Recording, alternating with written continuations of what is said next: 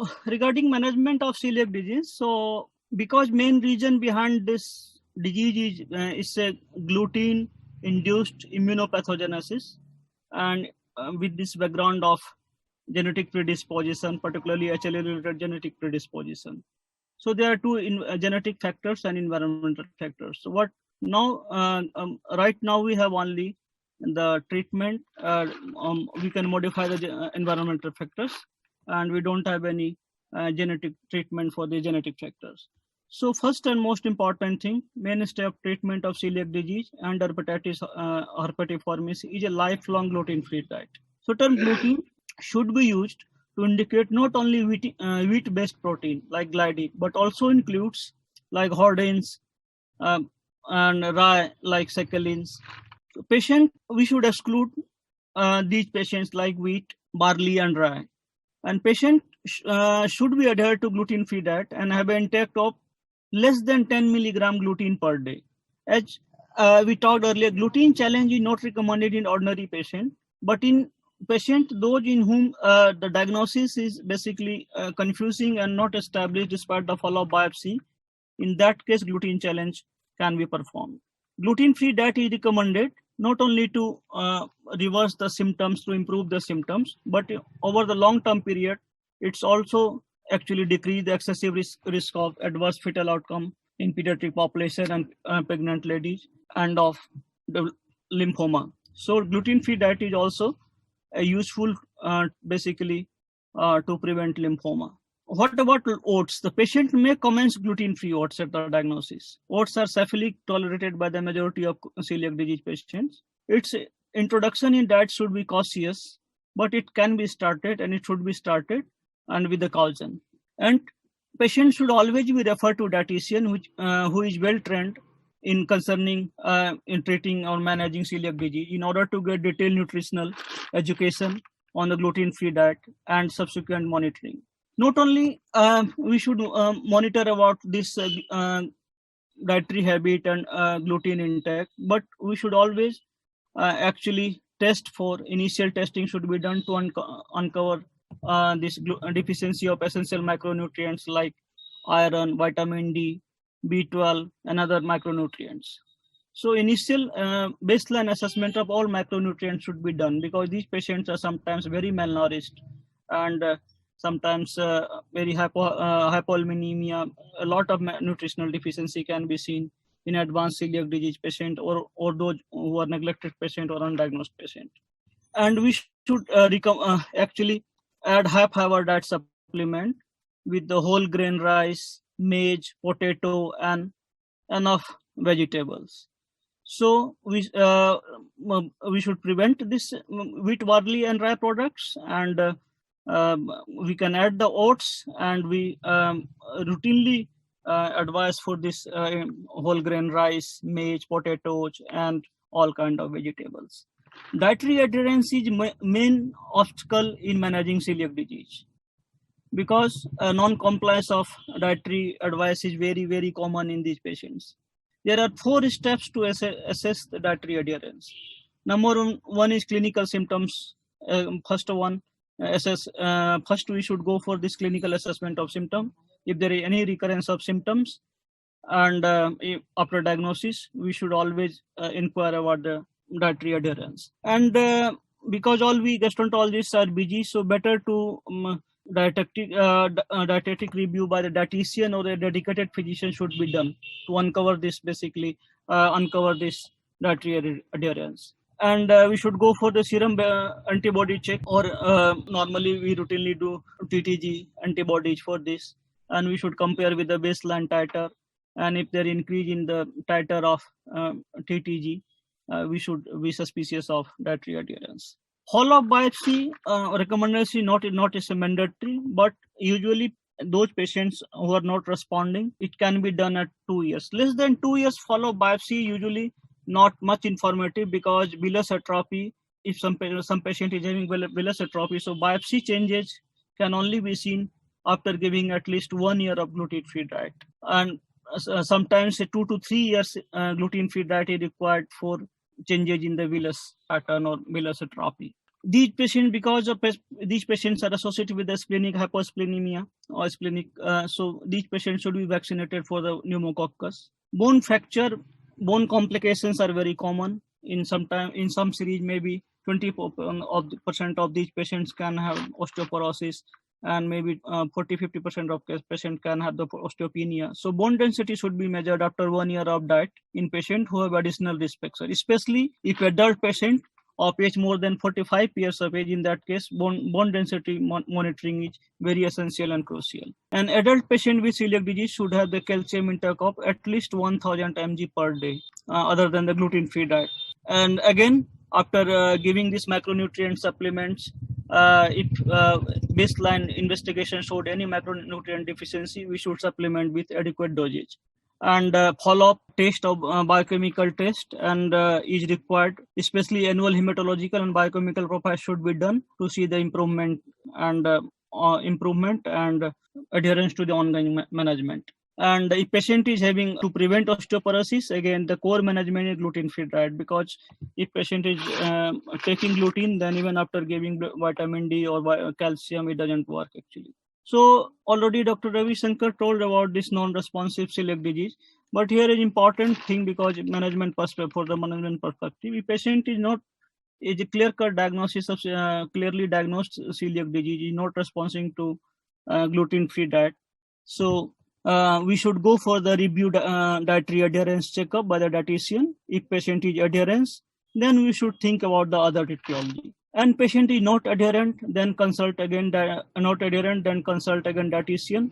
And if patient is adherent, then we should think about the other differential diagnosis, like chronic giardiasis associated conditions, as already discussed earlier, like chronic giardia or celiac disease associated complications, like macroscopic colitis, exocrine pancreatic insufficiency, hyperthyroidism, SIBO. These are the commonly associated disease with these patients. So for the diagnosis, for the lactose intolerance, we should go for the lactose bread test. For fructose intolerance, we should go for the fructose bread test. And for SIBO, normally glucose or lactose bread test can be helpful to diagnose the SIBO. And patient, as for Rome 4 criteria, patient should be evaluated for the IBS. Sometimes coexisting IBS can make the diagnosis or difficult. Eosinophilic gastritis is very increasing recently. Prevalence is increasing gradually. So upper GI endoscopy with biopsy is required to exclude the eosinophilic gastritis. Giardia infection can be excluded after taking the stool culture or stool antigen test, or due to biopsy histopathological examination. Similarly, macroscopic colitis should be ruled out after taking the biopsy from the colon. And fecal elastase test is now a reasonably good test to diagnose the exocrine pancreatic efficiency. So all these associated conditions should be actually excluded and excluded. And if found any of these diagnoses, we should treat. And even if we don't find any of these diagnoses, in that case, we have to think about the refractive celiac disease. And as already discussed earlier, refractive celiac disease or other associated complications like ulcerative uveitis or T-cell lymphoma or adenoCA. So then we should go for the repeat biopsy as well as CT scan whole abdomen to exclude, particularly if these patients present with the sudden onset of weight loss, pain abdomen. In that case, we should never forget to rule out the complications of celiac disease like lymphoma and adenocarcinoma. So if we see another algorithm, if clinical improvement, we should evaluate after at least 1 year to 6 months after celiac disease diagnosis. If clinical improvement is there, then continue follow-up. If not, and serology positive even after 1 to 1.5 years, then that means a patient has dietary compliance is poor. And if serology negative and still patient is not responding, in that case, repeat endoscopic biopsy should be taken. And if there is no villus atrophy, then again exclude other causes of non-responsive celiac disease, as already discussed. But even after 1.5 years of gluten-free diet, if patient is still having villus atrophy, in that case, we should think about the further test. So further test is bullous atrophy is grade 3B subtotal or total. In that case, we should go for the monoclonal lymphocytosis to see for the monoclonal lymphocytosis and the TCR rearrangement. If there is monoclonal lymphocytosis and TCR rearrangement is seen, in that case, refractory celiac disease type 2 diagnosis can be made. And if there is a polyclonal lymphocytosis, in that case, refractory celiac disease type 1 diagnosis is actually made. And if grade is 3A, that means subtotal atrophy with crypt hyperplasia is still there. In that case, strict compliance with gluten-free diet is recommended. And then we should wait for the slow respondent, because it has been shown that even these patients can respond even after 2 to 3 years of gluten-free diet. So if there is no alarm feature, if the biopsy doesn't show monoclonal lymphocytosis or TCR arrangement or polyclonal lymphocytosis, in that case, we can wait for 2 to 3 years and sometimes may be required to see the progress of the disease. So how do we treat this refractory patient is having refractory celiac disease? So I'm just summarizing the type 1, type 2 differentiation. So both disease can be mostly diagnosed after 50 years of age, and prevalence is less than 1% of. But if you see the survival, type 1 is relatively benign condition, survival more than 90%. And if type 2 is aggressive situation where survival is less than 50%. So in type 2, basically TCR arrangement clonality of TCR chain is present in type 2. A risk of transmission of enteropathy associated T-cell lymphoma is very high in type 2 refractory celiac disease. So type 2 is basically dangerous, and type 2 is actually usually complicated by the ulcerative jejunal-ileitis or EATL, enteropathy associated T-cell lymphoma. Treatment options are actually first type 1 refractory celiac disease can be treated with the steroid as well as immunosuppressant along with immunosuppressant. So these two medications can be given for type 1 refractory celiac disease, and however for type 2 celiac disease, steroid is obviously it's indicated, but along with that, cladribine, purine analog like cladribine, autologous hemopoietic stem cell transplantation, tofacitinib, JAK1 inhibitor. These are the basically, or the combination of budesonide, steroid plus tofacitinib, and anti-interleukin 15 monoclonal antibody. These are basically tested in various trials for the refractory celiac disease type 2. Normally, steroid along with the cladribine is still a first line treatment for type 2 celiac disease. However, for type 1 celiac disease, refractory celiac disease, in that case, immunosuppressant along with the steroid is recommended for treatment of type 1 disease. What are the novel treatments in celiac disease? So all these treatment we have discussed is valid and practiced since more than a decade. So nothing new in these existing treatments. So upcoming treatment are basically hypothesis and things are under trial. The first one is serial genomics. So concept here to change the serial genomics. So actually gliadin content of cereal, wheat or rye or barley basically can be reduced. So total gliadin content can be reduced. So basically here RNA interference mechanism is actually used to reduce the gliadin expression, but still not in for the clinical use.